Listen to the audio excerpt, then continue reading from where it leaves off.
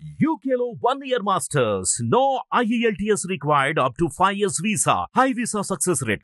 ఆవిడ చాలా హ్యాపీయా నీ సక్సెస్? చాలా చాలా అంటే అంటే ఒక మనం ఊహించని దేవుడిచ్చిన ఆశీర్వాదం వల్లనే ఇది. ఒక కళాకారుడికి ఎంత ఎత్తుకుదా అంటే మనం ఎక్కడో మోతీ నగర్లో కృష్ణానగర్లో 5,000 4,000 రెంట్ కట్టుకొని నుంచి ఈరోజు జబర్దస్త్ వల్ల నా మిమిక్రీ కార్యక్రమాల వల్ల యావత్ భారతదేశం కానీ ప్రపంచవ్యాప్త ప్రదర్శనల వల్ల కానీ నేను ఇలా కొనసాగుతూ మణికొండలో ఒక ఇల్లు కొనుక్కునే ఇచ్చి వరకు వచ్చాను అని అంటే చాలా చాలా గొప్ప విషయం. విషయం విషయం ఇప్పుడు ఆ ఇల్లే తాకట్టు పెట్టి ఇప్పుడు నేను సినిమా చాలా విచిత్రం రాకేష్. అంటే ఇప్పుడు నేను ఆ పాయింట్ మీదకి వస్తాను. ముఖ్యమైన పాయింట్, ఇప్పుడు ఆర్థికమైన వెనుకబాటుతనం వల్ల మీ వాళ్ళందరూ మిమ్మల్ని దూరం చేశారు. ఇప్పుడు వాళ్ళ తాలూకు రియాక్షన్స్ ఏంటి? అది నేను సాధించిన క్షణం నన్ను మళ్ళీ ఒక భావోద్రేకానికి కానీ ఇవన్నీ నరాలను లిక్కపడుస్తూ ఉంటాయి గురుగారు. నాకు ఇప్పటికీ గుర్తు ఆగస్టు 9వ తారీఖున 9 నుంచి 19 ఎందుకన్నాను అంటే ఆ రోజులు నాకు జీవితంలో మర్చిపోలేని మధురానుభూతులు మిగిల్చిన క్షణాలు. నేను కొత్త ఇల్లు కొన్నానన్న విషయం మా అమ్మగారికి కేవలం 10 రోజుల ముందే చెప్పాను. అప్పటికి ఆ ఇల్లు మొత్తం ఇంటీరియర్ గ్రేటర్ కమ్యూనిటీ, ఓ స్విమ్మింగ్ పూల్ ఏమిటి, ఒక ఆడంబరాలు, జిమ్ ఇవన్నీ అంటే ఇవన్నీ తాత్కాలికం మాత్రమే. ఏవి కూడా మనకి మనం ఏంటని చెప్పుకోవడానికి పనికిరానివి. కానీ అది నువ్వు వచ్చిన బ్యాక్గ్రౌండ్కి నీ సక్సెస్కి చాలా శోభన్ గారు అందరినీ అడిగేవారు, చాలా ఇల్లు కొనుక్కున్నారా, సైట్ కొనుక్కున్నారా అని శోభన్ గారు అందరినీ అడిగేవారు. అదే చెప్పబోతున్నా. దానికి ముఖ్య కారణం రాళ్ళపల్లి గారు. వారి పరిచయం వారి యొక్క సావాసంతో నేను తిన్న ముద్ద అయి ఉండొచ్చు, అన్నం అయి ఉండొచ్చు, నన్ను ఒక థియేటర్ వైపు నడిపించి మళ్ళీ నన్ను అదొక పునర్జన్మ. ఒక థియేటర్ అంటే ఇలా ఉంటుంది, నాటకాలు అంటే ఇలా ఉంటుంది, పూర్వ నాటకాలు ఇలా ఉన్నాయి, మళ్ళీ నాటకాలన్నీ రీకన్స్ట్రక్షన్ చేసి మళ్ళీ మనం చేయాలి అని ఒక ఇదిని నేను ఆయన ద్వారా నేను సన్నిహితులు నేర్చుకుంటున్నప్పుడు ఎప్పటికైనా కళాకారుడికి ఇల్లు ఉండాలిరా, ఒక అన్నమో పచ్చడి మెతుకులో ఏవో ఒకటి అక్కడ వేసుకుని వచ్చి ఇల్లు ఉండాలి అని నన్ను ప్రేరేపించింది మాత్రం రాళ్ళపల్లి గారు. ఆయన ఫోర్స్తోనే నేను ఇల్లు కొనడం జరిగింది. ఫస్ట్ నేను వాళ్ళ ఇంటి పక్కనే ఉండేవాడిని. వారు ఎక్కడికి వెళ్ళినా కూడా కార్లో నేనే తీసుకురావడం అభిరుచి అని ఈటీవీలో వచ్చేది, బాబాయ్ హోటల్. దాని ద్వారా మేమిద్దరం మా బాబాయ్ అబ్బాయి అని వంటల కార్యక్రమాలు, మళ్ళీ నేను మా అమ్మకి ఇష్టమైన కార్యక్రమం నేను చేయనన్నా. అప్పటికి జబర్దస్త్లో బిజీ అమ్మ, నీకు ఏం తెలుసు అది ఇది అంటే, పిచ్చా నీకు ఏమన్నా వంటలు అంటే ఏంట్రా, రాళ్ళపల్లి గారు ఎంతమందికి అన్నం వండి పెట్టారు నీకు తెలుసు, ఒక కమలాసన్ గారు, కె విశ్వనాథ్ గారు, మా గొల్లపూడి మారుతీరావు గారు. ఆ షూటింగ్ జరుగుతూ ఉంటే ఆయనే చక్కగా వంట పాండి బజార్ ఆ రోజుల్లో శాలిగ్రామంలో అక్కడ భోజనం చేయాలంటే రాళ్ళపల్లి గారి ఇంటికి వెళ్ళేవాళ్ళంట. భరణి గారి దగ్గర కూర్చుంటే అన్ని చెప్పాను. భరణి తర్వాత మళ్ళీ నువ్వే, తనికెళ్ళ భరణి గారి తర్వాత మళ్ళీ నువ్వే రాళ్ళపల్లి గారి గురుత్వంలో శిష్యరికం చేసి ఇండస్ట్రీలోకి మీడియాలోకి వచ్చిన వాడి నువ్వే. ఆయన అదే అంటారు భరణి గారు, మా గురువు గారికి శిష్యుడు రా అంటే, నువ్వు మాకు అమ్మ మా గురువు సమాజంలో బాబు నువ్వు అని ఎక్కడ ఎవరైనా పరిచయం అయితే కానీ మా గురువుగారి శిష్యుడు అంటే ఈడని అంటూ ఉంటే, అలాగా నాకు ఆయన దయ ఆ రోజు సార్. మా తల్లి ఎంత ఆనందపడిందో నాకైతే తెలియదు సార్. తల్లి కాబట్టి ఆ ఆనందం అనేది శాశ్వతం. నేను ఎక్కడో పుట్టిన ఒక వ్యక్తిని ఎంతోమంది జీవితాలు రాళ్ళపల్లి గారు చూశారు. చివరి దశలో ఉన్నారు ఆయన. ఇంకొక 2-3 నెలల్లో ఒక లింగైక్యమవుతున్నారన్న క్షణంలో నా ఇల్లు చూసి భావోద్రేకానికి గురయ్యారండి. నేను ఆ ఫోటోలు మీకు ఇస్తాను, వీలైతే అవి ప్రచురం చేయండి. అలా చూస్తున్నాడు ఇల్లుని, ఇలా చూస్తున్నాడు. వెంటనే నుంచి బ్రహ్మానందం గారు నా ఇంటికి. ఒక్కొక్కరికి షాక్. బ్రహ్మానందం గారు ఏంటి, ఒక వేణుమాధవ్ ఏంటి, ఒక శ్రీనివాస్ రెడ్డి ఏమిటి, ధనరాజ్ గారు ఏమిటి, వేణు ఏమిటి, అటు జబర్దస్త్ సైన్యం ఏమిటి, ఇటు చూస్తే రఘుబాబు అని ఏమిటి. నా కోసం ఏవత్తు మణికొండకి ఇండస్ట్రీ మొత్తం వచ్చింది. 7 ఏళ్ల క్రితం మణికొండలు సరిగ్గా రోడ్లు లేవు, కార్లన్నీ స్తంభింపైతే పోలీసులు వచ్చారు. 4 కార్లలో నా ఇంటికి పోలీసులు వచ్చారు. ఏంటండి ట్రాఫిక్ జామ్ అంటే, మళ్ళీ నేను ఎస్ఐకి ప్రోటోకాల్ పెట్టించి మళ్ళీ నా ఇంటికి బ్రహ్మానందం రావడం ఏంటి, నా ఇంటికి వేణుమాధవ్ గారు రావడం ఏంటి, నా ఇంటికి తారలంతా దిగి వచ్చిన వేళ అనే ఒక పదం ఉంటుంది. ఆ పదానికి నిశ్చేష్టులై నా కుటుంబ సభ్యులని కించపరచను కానీ కించపరుస్తా. ఇట్లా ఉండిపోయారు, అలా ఉండిపోయారు. ఒక్క మాట కాదు. అంటే దాన్ని ఏమంటారంటే, జరగని అద్భుతం జరిగినప్పుడు ఇది కలనా వైష్ణవ మాయ అనే ఒక పెద్ద పదం వాడాలి ఈ సందర్భంలో. అది నిజమైన వైష్ణవ మాయ, శివమాయ అంట నేను. ఆ క్షణంలో. అది ఇప్పటికీ నా జీవితంలో ఇప్పటికీ నేను ఎప్పుడన్నా అనుకున్నప్పుడు నేనేం సంపాదించానన్నప్పుడు ఆ వీడియో నేను చూసుకుంటా.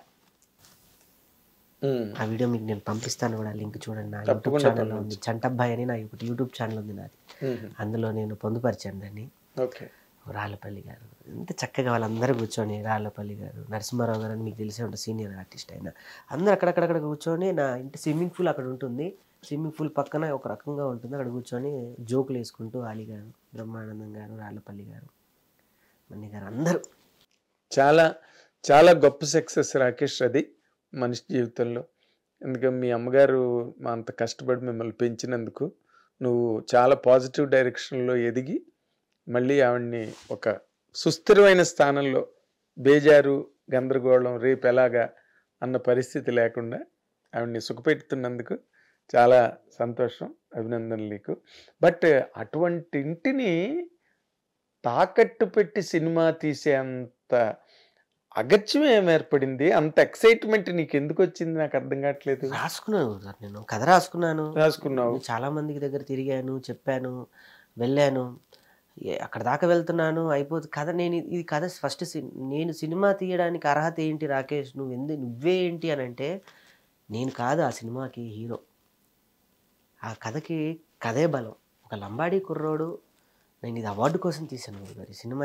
నేనేదో హీరో అయిపోయి ఇంట్రడ్యూస్ అయిపోయి నా వెనక ఎవరు లేదు, తిప్పి కొడితే రాకేష్ ఒక్కడే ఉన్నాడు, ఇటు చూసినా అటు చూసినా ఎవరు లేదు వెనక.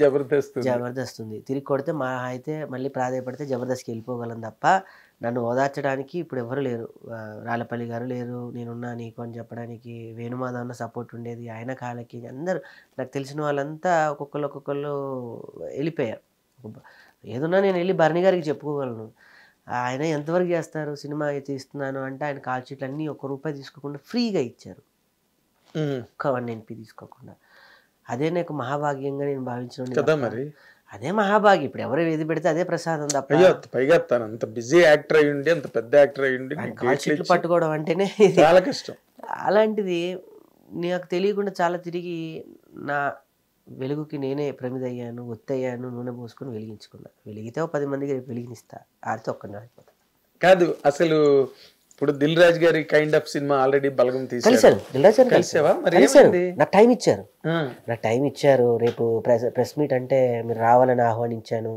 చాలా చక్కగా పాజిటివ్. అంటే నేను వెళ్ళిన సందర్భం పాపం వారికి అప్పుడు గేమ్ చేంజర్ ఇదిలో ఉన్నారు ఆయన. కరెక్ట్గా అదేదో ఈవెంట్ జరుగుతూ ఉంది గురుగారు. ఆయన ఈవెంట్ ఏదో ఎక్కడో వేరే రాష్ట్రంలో జరుగుతూ ఉంది, ఆ గందరగోళం మధ్యలో ఉన్నాడు. నేను నీకు మరో రకంగా ఉపయోగపడతానని నాతో మాట్లాడారు. పాపం నా సాధక బాధలు చెప్పుకోవడానికి వెళ్తే ఆయన సాధక బాధలు చెప్పారు ఆయన. మరి ఏంటో నన్ను చూస్తే నా చెప్పుకునే లోపల వాళ్ళ బాధలు చెప్తారు. మరి అది ఏంటో నాకు అర్థం కాదు. వెళ్ళాను, చేశారు. కానీ నా ధైర్యం, ఆశ ఆయన దగ్గరికి చేరానే. అక్కడ శాల్వ పట్టుకొని వెళ్ళాను, కప్పాను, కూర్చొని నా బాధ అక్కడ వరకు వెళ్ళానంటే నేను సక్సెస్. నేను అది అలా ఆనందపడే ఆత్మ సంతోషం అంతే తప్ప అల్ప సంతోషం. నేను ఆయన పక్కన ఆయన ఎదురుగా నన్ను కూర్చోబెట్టి, నేను కూర్చోనండి అంటే కూడా కూర్చో అంటే ఏంటి అని అంటే మొత్తం చెప్పి, ఇది ఇదండి నా పోస్టర్, ఇదండి ఒక లంబాడి కుర్రోడు, ఇదంతా ఓకే. సినిమా నువ్వు కంప్లీట్ చేసాక ఓకే. అసలు ముందు సినిమా స్టార్ట్ చేసే ముందే ఆయన కొత్త కంటెంట్ వైజ్ ఫిల్మ్స్ ని వాళ్ళు ఇప్పుడు దిల్ రాజు ప్రొడక్షన్స్ అని వాళ్ళు చాలా కమిట్ అయ్యి ఉన్నారు గురుగారు. వాళ్ళు నా వరుసకి వచ్చేసరికి నాకు 10 సంవత్సరాలు పట్టుద్ది. మనకన్నా వేగవంతమైనటువంటి ఆలోచనలు అయినది మార్కెట్ అనేది. మనం ఇప్పుడు వెళ్తుంటే ఆల్రెడీ మనకన్నా 5-6 వెళ్ళిపోయి వచ్చేసారు ఆల్రెడీ. ఇంకా తెలియదు ఏం చేయాలి టైంలో. అందరినీ సంప్రదించా, స్నేహితులను అడిగాను. నేను మా సుజాత స్వామి, తను ఆర్టిస్టే, ఇద్దరం కలిసి UK లండన్ వెళ్ళాం ఒక బోనాల కార్యక్రమం మీద. అక్కడ కొంతమంది స్నేహితులు కథ చెప్తే వాళ్ళు బాగుందన్నారు, నేను చేస్తాను కొంతమంది అన్నారు. కానీ ఏదైనా ప్రాక్టికల్ కార్యరూపం దాల్చలేదు. కార్యరూపానికి వచ్చేసరికి కాళ్ళు ఇస్తారు తప్ప చేతులు. సో అలాంటి టైంలో నేను అనుకున్నది, నన్ను నేను నమ్మకపోతే ఎవరు నమ్ముతారు? కాదమ్మా, ఇప్పుడు కాదు స్వామి, ఇప్పుడు మీ గురువు అని చెప్పి నువ్వు ఎందులోనో నాకు నేను వినడమో చూడడమో జరిగింది. విఎన్ ఆదిత్య గారు నాకు సంగీతం శ్రీనివాసరావు దగ్గర పనిచేసిన ఆయన, నాకు చాలా పెద్ద గురువు గారు. గురుస్వామి నాకు గురు ఆయన నన్ను సినిమా స్కోప్ పరిచయం చేసిందే వారు నన్ను. మరి ఆయన విశ్వప్రసాద్ గారికి పీపుల్స్ మీడియాకి ఆయన చాలా ఆయువు పట్టు కదా అక్కడ. లేరు గురుగారు, ఇప్పుడు ఆయన US లో ఉన్నారు. నా సమయానికి వచ్చేసరికి అదే అందరూ ఏదో ఒక పర్సనల్ ఇబ్బందిలో ఉన్నారు. నేను మొన్న ఈవెంట్ చేయగలిగానంటే ప్రసాద్ ల్యాబ్లో అంత అంగరంగ వైభవంగా వారి ఆశీర్వాదమే, ఆర్థికంగా వారు పంపిస్తేనే నేను చేయగలిగాను, లేకపోతే లేదు. విఎన్ అయితే గారు ఇవ్వటం వల్లే కదా. నా రేపు జరుగుతున్న ఫంక్షనే నాకు ఒక టార్గెట్ గురువుగారు. రేపు చేయబోయే రిలీజ్ కూడా లేదు. రేపు ఒకటే నా టార్గెట్, నా సినిమా నేనేంటి అనేది రేపు ప్రసాద్ ల్యాబ్లోనే తేలిపోవాలి. నాకు ఇంకొక ఆప్షన్ లేదు. నేనేం చేయాలన్నా ఆ వేదిక మించే మాట్లాడాలి. రేపు నా డిస్ట్రిబ్యూటర్ రావాలన్నా, నా సినిమా బయటపడాలన్నా, ప్రసవ వేదనతో ఏది జరగాలన్నా నాకు రేపే ఫంక్షన్ కనపడుతుంది అన్నట్టుగా నన్ను ప్రేమించి అభిమానించే వాళ్ళందరూ కూడా ఆ రోజు నాకు చెప్తుంటే కొంతమంది వ్యక్తులు, మీడియా మిత్రులు, ఎప్పుడు జరగని విధంగా 3.5 గంటలు ప్రసాద్ ల్యాబ్లో హోల్డ్ చేసి పెట్టారు కెమెరాలు. నా గురించి అనసూయ గారు రావడం, నా గురించి సాయి రాజేష్ గారు ఎప్పుడో 13 సంవత్సరాల హృదయకాలయం అప్పుడు చేసిన మిమిక్రీని గుర్తుపెట్టుకొని ఆ రోజు ₹1 తీసుకోలేదు ఈ అబ్బాయి, మళ్ళీ సినిమాల్లో అవకాశం కూడా లేదు, ఈ అబ్బాయిని రుణపడి ఉన్నా నేను, ఏదో రోజు ఈ అబ్బాయి రుణం తీర్చుకుంటాను ఒక పెద్ద పదం వాడి ఆయన వెళ్ళిపోయాడు. బాంబేలో ఉన్నాడు. నైట్ 12ంటికి పెట్టే మెసేజ్, నాకు ఏం చేయాలో తెలియక. నేను పిలిచిన గెస్టులు రాలేదు, నేను పిలిచిన వ్యక్తులు లేరు, నేనుంటా పదా అని అక్కడ దాకా వచ్చినప్పుడు వెనక్కి తిరిగి చూస్తే ఎవరూ లేరు. ఆ టైంలో అనసూయ గారిని ఇబ్బంది పెట్టి, ఆవిడ అప్పటికి పుష్ప చాలా బిజీ విషయం, అంటే ఈ పుష్ప ఈవెంట్ తర్వాతనే ఆర్టిస్టులు కానీ మీడియాకి రావాల్సి ఉంటుంది, అలా హోల్డ్ ఉండదు, ఒక కార్యక్రమం ఉంది కూడా. దాన్ని కూడా బ్రేక్ చేసి అనసూయ గారు ఆ రోజు ఆత్మీయంగా, వీడు సినిమా కోసమే ఉంటున్నాడు, వాడు ఈ సొంత డబ్బులు ఎవరివి కాదు, ఏ స్థాయి లేకుండా వచ్చి నాకు తెలుసు వీడంత కష్టపడ్డాడు అని ఆవిడ మాట్లాడడం కానీ, హద్దుకోవడం ఆవిడ స్టేజ్, ఇవన్నీ కూడా అదే ఈ సినిమాకి ఏదో జరుగుతుంది. నన్ను అడిగారు, నేను నీకు అంత దూరం అంటే అని కాదు, నేనేం లేకుండా వచ్చిన అదే నా ధైర్యం. మహా అయితే మళ్ళీ మిమిక్రీ ఉంది, నేను స్టేజీ మీద మళ్ళీ మిమిక్రీ కార్యక్రమాలు చేసుకుంటాను. కాకపోతే అప్పుడు నాకు ₹10 ఇచ్చారు, ఇప్పుడు ₹100 ఇస్తారు, అంతే తేడా. ఒక ఫేమ్ అనే ఒక రంగు పడింది కాబట్టి, ఫేమస్ ఫేస్ కదా, ఒక రంగు పడింది కాబట్టి. అది నా మిమిక్రీ, నా నమ్మకం, నా ధైర్యం, నా అన్నం.